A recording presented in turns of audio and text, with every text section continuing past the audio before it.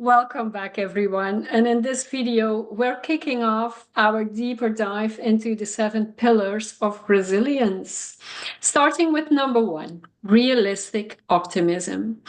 So, Virginia, when you hear realistic optimism, what comes to mind?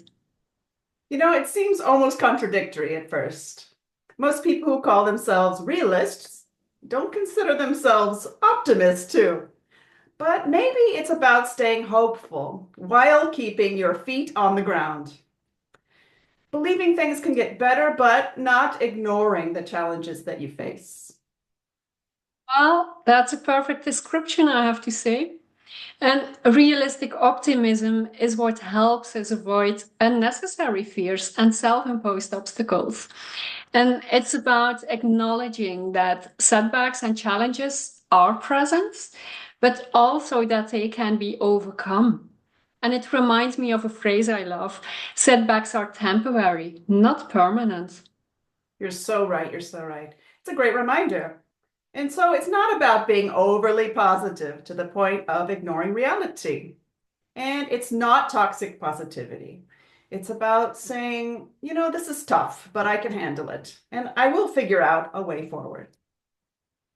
It's And this mindset can have such a powerful impact. You don't give up when things are hard.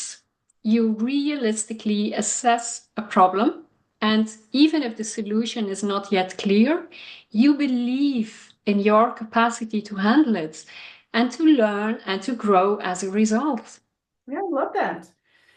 And how you frame the challenge really, really matters, doesn't it? If you think this is impossible, then it may well be. But if you think, okay, this is hard, but I'm going to find a solution, then you're far more likely to keep going until you do find a way. Absolutely. And especially if you've already decided that you will achieve your goal, even if it's difficult. And here's something else to keep in mind: realistic optimism doesn't mean you won't have doubts or bad days at all. Mhm. Sure, it's very natural and very human to have these occasional low moments. But it's about not letting your doubts define or limit you, right? So how can someone start building more realistic optimism? One way is to challenge your negative thoughts. If you catch yourself thinking, I'll never figure this out, ask yourself, is that really true? What's one small step I can take to move forward? I love that. And we've talked in a previous video about cultivating a growth mindset. And I think that really ties in here too. Life is easier and better when you believe that it's always possible to stretch and improve. Definitely. Mm. And another tip is to focus on what you've already overcome. Think back to a time when you faced a challenge and you came out stronger.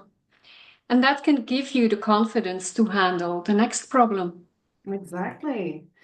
And this can be one advantage of being a little bit older, right? With more experience, assuming that you reflect on that experience, of course.